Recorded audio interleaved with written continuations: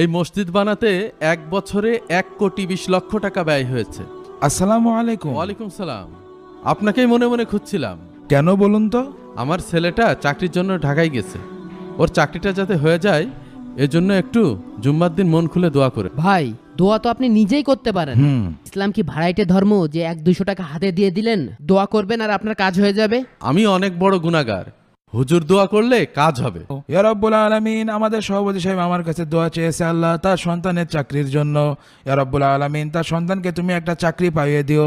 ইয়া রাব্বুল আলামিন, তার সন্তানের বেতন যেন আল্লাহ আমার মতো হয়। সুবহানা রাব্বিকা রাব্বিল ইজ্জাতি আম্মা ইয়াসিফুন, সালামুন আলাল মুরসালিন, আলহামদুলিল্লাহ। আপনি কি দোয়াটা করলেন? কেন ৩,০০০ টাকা বেতনে যদি আমি চলতে পারি তাহলে আপনার সন্তান চলতে পারবে না কেন? আপনার টাকায় তো বরকত আছে।